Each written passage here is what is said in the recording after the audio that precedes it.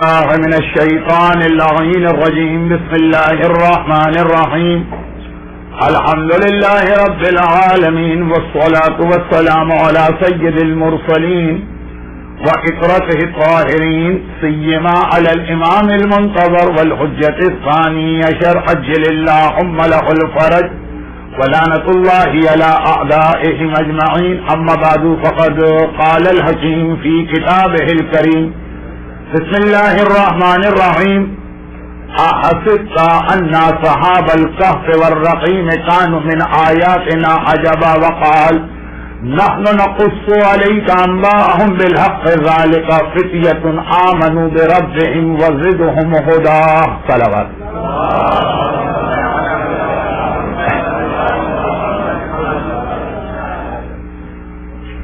الحمدللہ آج کا مجمع کچھ لاجیکل لگ رہا ہے، یعنی افطار میں زیادہ اور تقریر میں کم، اور ایسے ہی مجمع میں گفتگو کرنے کا اس لیے مزہ آتا ہے کہ یہ اندازہ ہوتا ہے کہ یہ لوگ وہ ہیں کہ جو بہرحال میرے انداز بیان سے مانوس ہیں اور اس کو سننے کے لیے بیٹھے ہیں.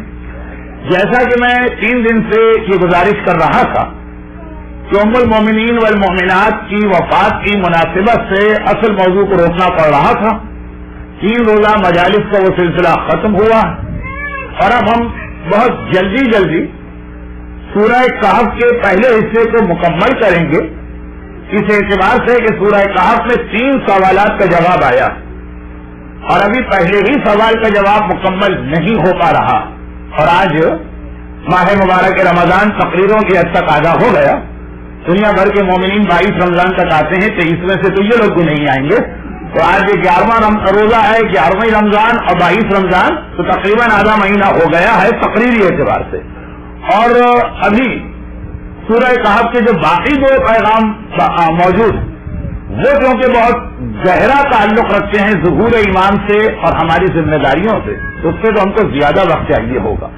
اس لیے آج کسی نہ کسی طرح سے اصحاب کہف کے واقعے کو مکمل کیا جائے گا، پھر اس سے ریلیٹڈ ایک آدھ پیغام ہے اسلام کا، وہ آپ تک کل کی مجلس میں پہنچایا جائے گا اور پرسوں سے ہمارا موضوع تھوڑا سا آگے بڑھے گا.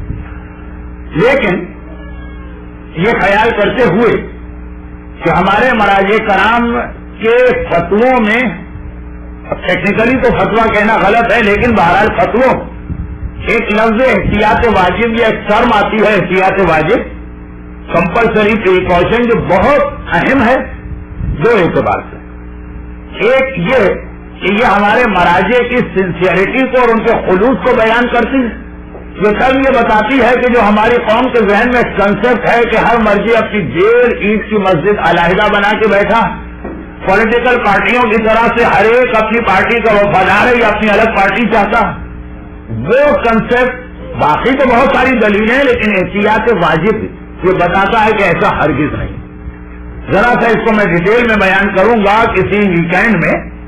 اور دوسرا احتیاط واجب کی طرف، یہ تو ہو گیا علمی اعتبار سے ہماری مرجعیت کی سنسیئرٹی کی ایک اہم ترین دلیل، اور دوسرا عملی یعنی پریکٹیکلی بہت سارے مشکل مسائل احتیاط واجب کی ٹرم کی وجہ سے آسان ہو جاتے ہیں.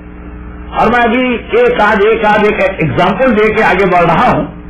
2-3 تقاریر سے ایگزامپل آ رہی تھی، یعنی جو بالکل جینئن ایگزامپل ہیں جو واقعی مراجع کے فتووں میں، اور پھر ان سب کو ملا کے اس کا خلاصہ کسی ویکینڈ میں جہاں ٹائم کا مسئلہ نہیں ہے وہاں آپ کے سامنے پیش کیا جائے گا.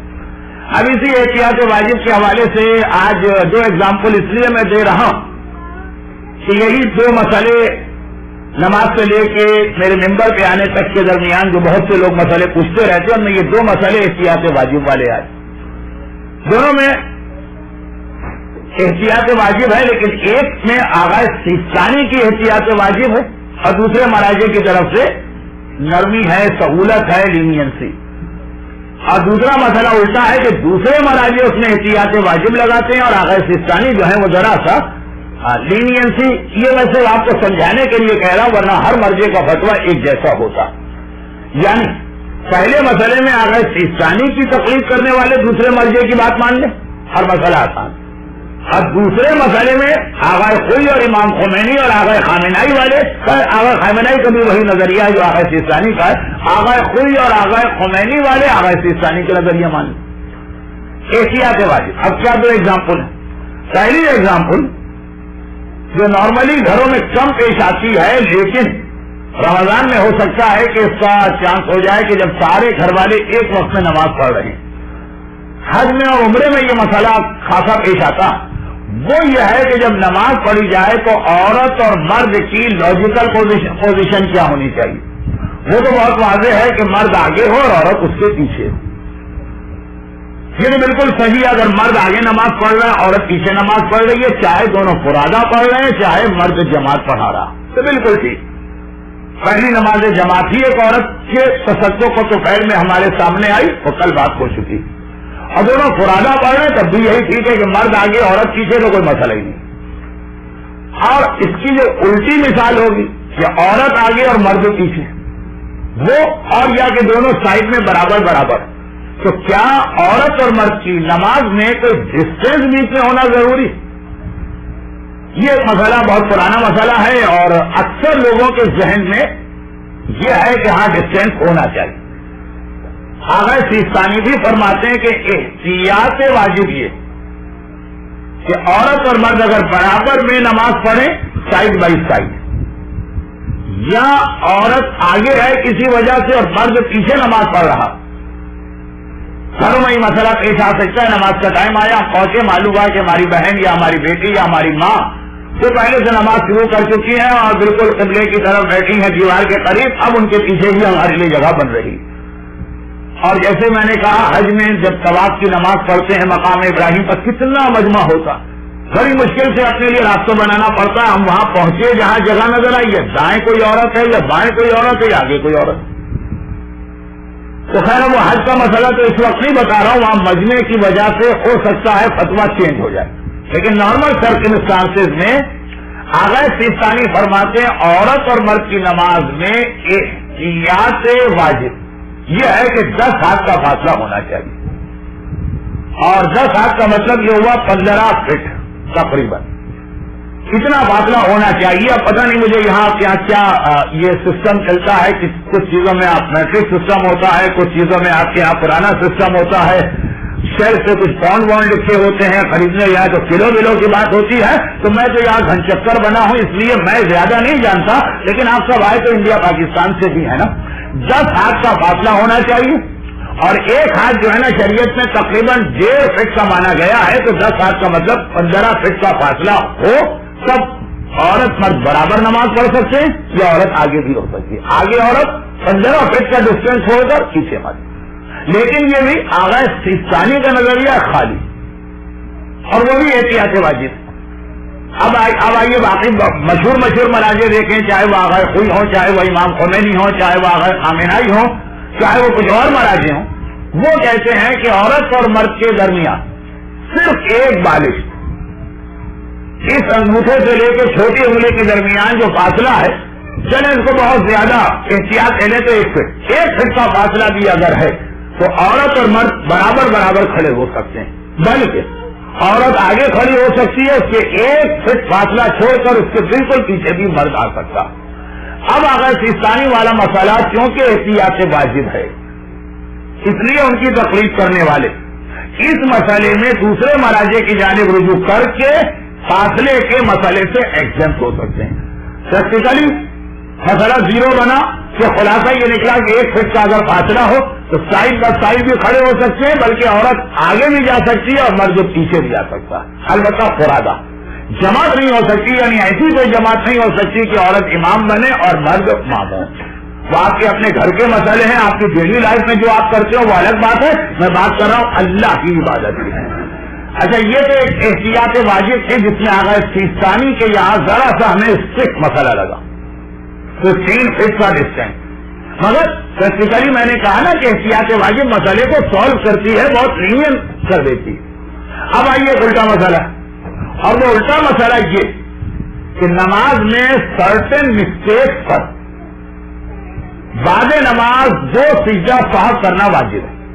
وہ سرٹن مسٹیک ہے، نہ اس کی ڈیٹیل میں جانے کا وقت ہے، نہ ہی اس وقت آپ سمجھ پائیں گے، کچھ غلطیاں ایسی ہیں جس میں نماز کے بعد سجدہ سہو کرنا واجب ہے، اور ایک رول اسلام نے دے دیا کہ ویسے بہتر یہ ہے کہ اپنی ہیبٹ بنا لو کہ نماز میں کوئی بھی غلطی ہو جائے نماز کے بعد سجدہ سہو کرنا، غلطی ہو جائے تو یعنی لسٹ یاد کرنے کی بھی ضرورت نہیں ہے کہ 5 چیزوں پہ سجدہ سہو واجب، 5 نہیں، کوئی بھی غلطی اگر ہو گئی ہو سکتا ہے اس سے سجدہ سہو ہو ہی نہیں پھر بھی کر لو، لیکن غلطی پر ویسے یوں ہیبٹ نہ بناؤ ورنہ شیطان تمہاری ول پاور کو کمزور کر کے ہر نماز میں شک پیدا کر دے گا۔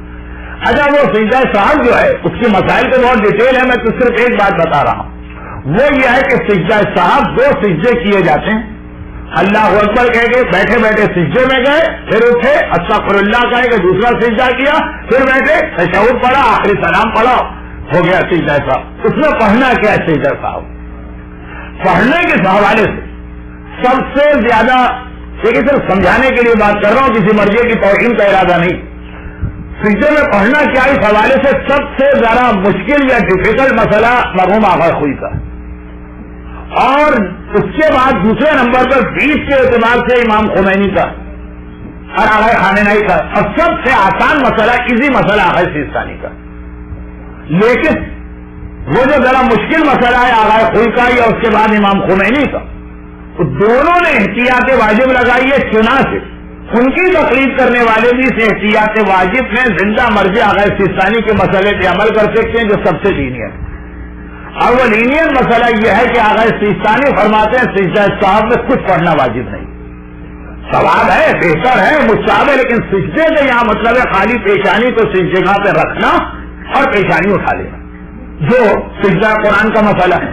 سجدہ قرآن میں تقریباً سارے مراجع کہتے ہیں کچھ پڑھنا واجب نہیں، سجدہ کرنا واجب، پڑھنا الگ چیز ہوتی ہے، عمل کرنا الگ چیز ہوتی ہے۔ قرآن کے سجدے میں خالی آپ کو پیشانی صحیح چیز سے رکھنا ہے اور اٹھا لینا، ہاں مستحب دعا ہے، مستحب دعا ہے، مستحب کی ابھی بات نہیں ہو رہی، ابھی صرف واجب کی بات ہے۔ جو سجدہ شکر کے اندر اذان کے بعد اقامت سے پہلے بہترین اذان ہے اقامت جو سجدہ اس میں کیا پڑھنا؟ کچھ نہیں پڑھنا، خالی پیشانی رکھنا اور اٹھا لینا، وہ ثواب مل جائے گا آپ کو۔ اچھا پڑھنے کو آپ آئیں تو امام معصوم 4-6 گھنٹے کا سجدہ رات کی تاریکی میں کرتے تھے، وہ تو جتنا آدمی پڑھے وہ کم، لیکن جو واجب عمل ہے وہ ادا ہو جاتا ہے قرآن کے سجدے میں بھی، اور آغا سیستانی فرماتے ہیں سجدہ سہو میں بھی، اور آغا سیستانی کا یہ مسئلہ بہت کم مومنین کے علم میں ہے۔ اچھا اب میں نے کہا کہ سب سے اس میں اسٹرکٹ مسئلہ تھا آغا خوئی کا، وہ اسٹرکٹ اس لیے تھا کہ انہوں نے کہا کہ احتیاط واجب یہ ہے کہ سجدہ صاحب میں کچھ پڑھنا ہوگا اور وہ بھی صرف ایک جملہ پڑھنا ضروری، یعنی ایک بسم اللہ و باللہ ہے اور پہلا سلام السلام علیکم ایھا النبی و رحمۃ اللہ وبرکاتہ، یہ کوئی مشکل جملہ نہیں ہے، بسم اللہ و باللہ السلام علیکم، لیکن میں نے اس کو مشکل اس لیے کہا کہ پھر آئیے امام خمینی کا فتویٰ، انہوں نے یہ فرمایا احتیاط واجب ہے کہ سجدہ صاحب میں کچھ پڑھنا مگر چوائس ہے، 3 4 5 جملے بتائیں، جس میں زیادہ ایزی ہے بسم اللہ و باللہ اللہم صلی علی محمد وعلی محمد، تو آغا خوئی کے یہاں سجدہ صاحب میں پڑھنا تھا اور وہ ایک خاص ہی جملہ تھا، وہی یاد کرنا تھا۔ امام خمینی کے یہاں سجدہ صاحب میں پڑھنا تھا لیکن ایک چوائس تھی، اور اس میں درود والا جو جملہ ہے وہ بہت ہی لوگوں کو ہر ایک کو یاد، لیکن سب سے نرم مسئلہ ہے سیستانی کا ہے کہ سجدہ صاحب پڑھنے کی چیز نہیں ہے، کرنے کی چیز، سجدہ کرے پیشانی اور 7 اعضاء اپنے زمین پہ رکھے، خالی پیشانی لگائی مہر سے یا کس جگہ پہ اٹھائی، ہو گیا سجدہ صاحب۔ اور احتیاط واجب کی وجہ سے دوسرے مراجع کے لوگ بھی اس مسئلے میں آغا سیستانی کی بات مان سکتے ہیں۔ تو احتیاط واجب میں اس کو اکثر بیشتر ریپیٹ کرتا رہوں گا تاکہ ایک طرف یہ پتہ چلے کہ ہمارے مراجع کتنے سنسیئر اور کتنے حق، یعنی حق کی طرف رجحان رکھنے والے۔ میں حق فرض کہنے والا تھا لیکن وہ ذرا کچھ گڑبڑ والا لفظ ہے، کراچی کے مومنین جانتے ہیں کہ کیوں گڑبڑ والا لفظ ہے، تو وہ کتنے زیادہ عادل ہیں، منصف مزاج ہیں اور سنسیئر، اور پریکٹیکلی احتیاط واجب بہت سارے مسائل میں آپ کے لیے مشکل مسئلوں کو آسان کرنے والی ٹرم ہے۔ اس کے ساتھ ہی یہ بیان میرا مسائل کا بیان وعدہ نہیں تھا، پھر بھی آج میں نے بیان کر دیے، اس لیے کہ 2 مومنین نے یہ سوال پوچھے تھے، ان کو میں پورا نہیں سمجھا پایا، میں نے کہا ممبر سے سمجھا دو، اور اس دوران افطار سے تو ذرا زیادہ لگ رہا ہے مجمع مجھے. جی ہاں, تھوڑی دیر میں کچھ لوگ آ تو گئے مومنین. اب الحمدللہ ہم اپنے اس موضوع کو ذرا زیادہ آرام کے ساتھ آگے بڑھا سکتے ہیں, جس کے اندر آج جو آیت میں نے تلاوت کی, یہ وہ آیت ہے جس کی تلاوت کر کے امام نے پہلے تو اپنے صحابی سے ایک ایسا سوال کیا جو بظاہر قرآن پر اعتراض لگ رہا ہے. امام اپنے صحابی سے ایک سوال کرتے ہیں جو قرآن پہ اعتراض لگتا ہے. آئیے پہلے تو ہم ان دو آیتوں کا ترجمہ پڑھ لیں جنہیں آج سرنامہ کلام میں تلاوت کر کے سورہ کہف کے پہلے حصے کو مکمل کرنے کی کوشش کی جا رہی. پہلی آیت تو وہی ہے جو بازار کوفہ میں آقا حسین کے کٹے ہوئے سر نے تلاوت کی تھی. ام حسبت ان اصحاب الکہف والرقیم کانوا من آیاتنا عجبا. کیا تم لوگ یہ گمان کرتے ہو کہ غار والے اور تختی والے یہ ہماری بہت عجیب نشانی ہے؟ اس سے بھی زیادہ عجیب نشانیاں ہم نے بنائی, اور اس سے بھی زیادہ عجیب نشانیوں میں سب سے بڑی نشانی تو خود کٹے ہوئے سر کی تلاوت. اور جو دوسری عجیب نشانی ہے وہ خود غار والوں کے قصے کے اندر ایک چیز آتی. قرآن کہتا ہے غار والے اور تختی والے ان کی اسٹوری اتنی عجیب نہیں ہے, عجیب مگر اتنی عجیب نہیں, اس سے زیادہ عجیب اس واقعے کے اندر جس اسٹوری میں جملہ آتا ہے وہ ابھی آپ سنیں. اور پھر 3 آیتیں چھوڑ کر پہلے تو قرآن نے یہ کہا, پھر اصحاب کہف سے ریلیٹڈ ایک دو باتیں بتائی, اس کے بعد قرآن نے کہا نحن نقص علیک. اب ہم تمہیں تفصیل کے ساتھ ان کا قصہ سنا رہے ہیں. نحن نقص علیک ما هم بالحق. اب ہم تمہیں ان کی سچی اور حق والی کہانی سنا رہے ہیں, کیونکہ اصحاب کہف سے ریلیٹڈ غلط جھوٹی موٹی بہت ساری باتیں مشہور ہو گئی, اور خاص طور پر غار میں سونے والے 7 نوجوان. اس سے دنیا کے اندر بہت ساری فیری ٹیلز بنائی گئی, 7 بونے, 7 سونے والے, 7 شہزادیاں. اس واقعے نے دنیا کے بہت سارے کلچر پر بہت بڑا امپیکٹ ہو رہا. قرآن کہتا ہے لیکن ہم بالحق, ہم بالکل حق والی کہانی تمہیں سنا رہے ہیں. اور وہ حق والی کہانی قرآن نے یہاں سے شروع کی, انہم فتیۃ. فتح لا فتح الا علی لا سیف الا ذوالفقار, لفظ فتح آپ کا سنا ہوا. فتح کی پلورل ہے, جمع ہے فتیہ. کہا قرآن نے کہا انہم فتیہ, یہ کچھ نوجوانوں کا ایک گروہ تھا. آمنوا بربہم, جو اپنے رب پر ایمان لائے, وزادہم ہدی, اور ان کی ہدایت اور ایمان بڑھتا رہا. ایمان کیسے بڑھتا؟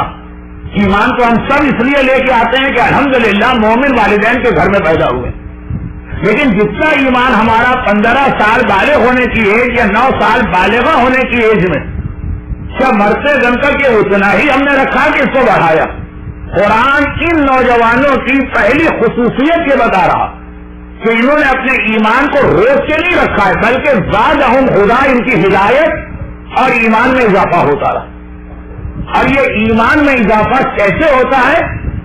یہی سورہ کہف کی, یہی اصحاب کہف کے کہانی کا وہ حصہ جو اللہ کی ایک بڑی عجیب نشانی ہے. لیکن اس سے پہلے جو قرآن کی یہ 2 آیتیں, قرآن نے پہلے ان شارٹ میں تذکرہ کیا کہ غار والوں کا قصہ, اور پھر کہا نحن نقص علیک انباءہم بالحق. اب ہم تم کو ڈیٹیل اسٹوری سناتے ہیں. اور اس کے بعد پھر قرآن نے وہ ڈیٹیل بتائی, لیکن اس سے زیادہ ڈیٹیل امام معصوم نے بتائی.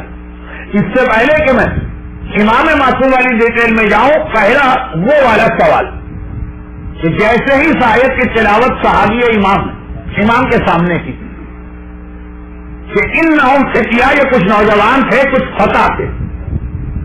فتح لا فتح الا علی والا فتح.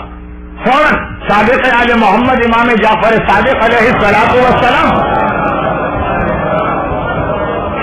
اس قاری قرآن کو, اس صحابی امام کو روک دیا اور کہا کہ یہ بتاؤ ما هو الفتح فی العرب. عربی زبان میں جوان کسے کہتے ہیں؟ لفظ فتح. کمالا ہوا شاب, نوجوان ہو, یمسا یوتھ, شباب ہو. امام نے کہا لیکن لقد علمت ان ہؤلاء کہولا, کیا تمہیں معلوم ہے ان اصحاب الکہف ہؤلاء کہولا, کہ یہ جو غار والے جتنے لوگ تھے یہ سب تو کہول تھے. کہول ایسا لگ رہا ہے لفظ آپ نے نہیں سنا. جانا چاہیے آپ کو وادیوں کے اجتماعات میں بھی خالی یہ لفظ سننے کے لیے, باقی اور کچھ نہ سنیے گا. ان کے پاس ایک یہ جھوٹی حدیث ہے, اس میں لفظ فہول لے کر آئے وہ. جھوٹی حدیث کیا؟ الحسن والحسین کی حدیث سچی ہے, سیدہ شباب اہل جنہ, یہ جنت کے جوانوں کے سردار, اور کچھ بزرگوں کے نام لے کے کہا کہ ہوا سیدہ فہول الجنہ, اور وہ جنت کے بزرگوں کے سردار. لفظ فہول عربی زبان میں آتا مڈل ایج آدمی کے لیے 40 سے 50-55 کے درمیان والا فہول. اس حدیث کے اندر بھی لفظ فہول ڈالا گیا, جو حدیث فیکٹری میں بنائی گئی تھی مدینے کی, کہ جس کے اندر یہ لفظ آیا شام کی فیکٹری میں بنی تھی, اس میں یہ لفظ آیا کہ حسن حسین شباب کے جوان ہیں اور فلاں صاحب فہول کے جوان. لیکن لفظ فہول عربی زبان میں موجود ہے, 40 سے 50 سال کی ایج کے والے کو فہول کہتے ہیں. امام کی حدیث دوبارہ سنی, لقد علمت ان اصحاب الکهف هؤلاء فہول, کیا تمہیں نہیں معلوم کہ غار والے سب کے سب فہول تھے, 40 اور 50 سے مڈل ایج سے, اور پھر بھی قرآن نے ان کو جوان کیوں کہا؟ امام اس طرح سے ایک سوال کر رہے جیسے نعوذ باللہ قرآن کے لفظ پر اعتراض کر رہے کہ قرآن نے غلط لفظ استعمال کیا. نہیں, پھر امام نے فوراً وہ جملہ کہا جو نہ صرف یہ کہ ایک بہت اہم ایمان کی کیریکٹرسٹک ہے, بلکہ اس سے بہت سارے اور روایتیں سمجھ میں آتی ہیں. امام کا جملہ تھا کہ یاد رکھو, جوانی اور بڑھاپا اس کا کوئی تعلق عمر سے نہیں ہے, اس کا تعلق اس بات سے ہے کہ جس کے پاس ایمان ہے, حق ہے اور ہدایت ہے, وہ ہمیشہ جوان ہے, چاہے دیکھنے میں کتنا ہی بوڑھا کیوں نہ لگ رہا. امام کا جملہ ہے کہ الفتویٰ هو الہدایہ, جوانی ہدایت کا نام ہے. اگر تمہارے پاس ہدایت ہے تو چاہے قبر میں پاؤں لٹکائے بیٹھے ہو تم جوان ہو. اور یہی وجہ کہ جو دو ایسے جگہیں ہیں اس دنیا میں, دنیا نہیں یونیورس میں, دو جگہ ایسی ہیں کہ جہاں پہ ہر آدمی اسی لیے جوان ہوگا کہ وہاں صرف ہدایت ہوگی, ہدایت کے علاوہ کچھ نہیں. ایک اس دنیا میں جب امام زمانے کا امام آ جائے گا کہ اس رمضان کے بعد کی تقاریر کا عنوان, تو ہر شخص جوان ہو جائے گا, اس لیے پوری دنیا ہدایت بن جائے گی. جوانی ہدایت ہے, ہدایت جوانی ہے, ہر شخص جوان بن جائے گا. اور دوسرا جنت, جنت میں وہی جائے گا جس کے پاس ہدایت ہے, اس لیے جو ہدایت والا وہاں جائے گا چاہے وہ ہمارا 150 سال کا کیوں نہ ہو, لیکن وہاں 25 سال کا نوجوان نظر آ رہا ہوگا. جوانی ہدایت ہے, ہدایت جوانی ہے. تو اصل جوانی جو ہے نا وہ ہدایت کا نام ہے, ہدایت تمہارے پاس ہے, یہ امام فرما رہے. اب یہ پوری ایک تقریر ہو سکتی ہے, لیکن کیونکہ آج واقعہ مکمل کرنا ہے, اس سے یہاں پہ رکتا ہوں, اور اس کے بعد ایک چھوٹی سی 2 جملوں کی ایک تمہید, اور پھر وہ ایک روایت شروع ہو جائے گی. تو پوری تقریر میں ایک روایت چلے گی. وہ یہ کہ قرآن نے اصحاب کہف کا واقعہ خاصی تفصیل کے ساتھ بتایا, لیکن پھر بھی بہت ساری چیزیں قرآن نے چھوڑ دی, اس لیے کہ قرآن ٹو دا پوائنٹ بات کرتا. اور یہ بھی قرآن کی کوشش ہوتی کہ جو واقعہ میں سنا رہا ہوں اس کا اصل میسج لوگ یاد رکھیں. تو ادھر ادھر کی دوسری باتیں جس واقعے سے ریلیٹڈ نہیں, اس کو قرآن جان بوجھ کے چھوڑ دیتا, کہ ایسا نہ ہو کہ لوگ ان باتوں میں الجھ کر یہ بھول جائیں کہ اصل میسج کیا تھا. جیسے مثلا قرآن کریم میں صرف اتنی سی بات آئی ہے کہ ان کے ساتھ کتا بھی تھا, 8واں ان کا کتا.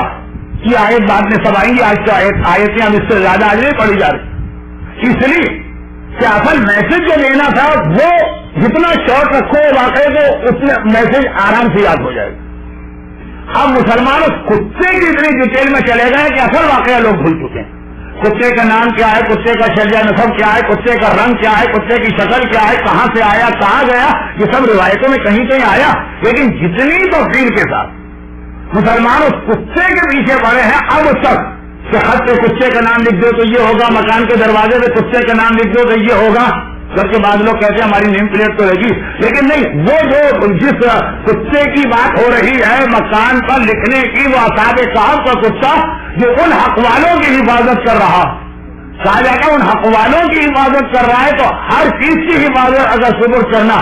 اب یہ وہ ساری چیزیں جس کا نہ روایتوں میں تذکرہ نہ قرآن اس کی تفصیل میں گیا, کہ اس چکر میں ہم یہ بھول گئے کہ کتا تو بہرحال ضمنی ہے اصحاب کہف کے ساتھ, ان کا میسج کیا, اس لیے قرآن اس سے ڈیٹیل میں جاتے ہی نہیں کہ اصل بات کو ایک طرف رکھو گے ادھر ادھر چلے جاؤ, وہ اصل پیغام.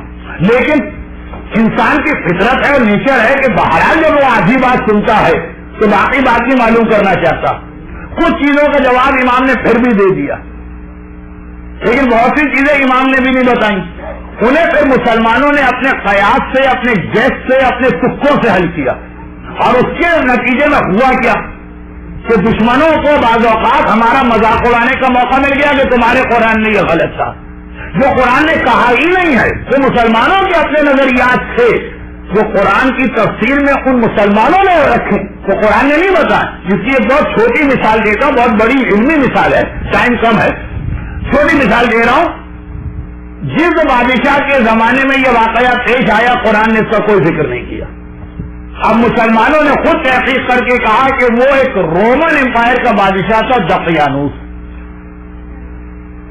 اچھا، rise and fall of the Roman Empire Edward Gibbon کی مشہور کتاب، اس نے پورے رومن امپائر پہ ریسرچ کیا 10 والیومز کے اندر. دقیانوس بادشاہ ایک گزرا ہے رومن امپائر میں، لیکن اس کے اور اصحاب کہف کے جاگنے میں 200 سال کا زمانہ بنتا. اس کا زمانہ تھا 250 اور اصحاب کہف جاگے 450 میں. قرآن نے یہ جگہ کہہ دیا کہ یہ 300 سال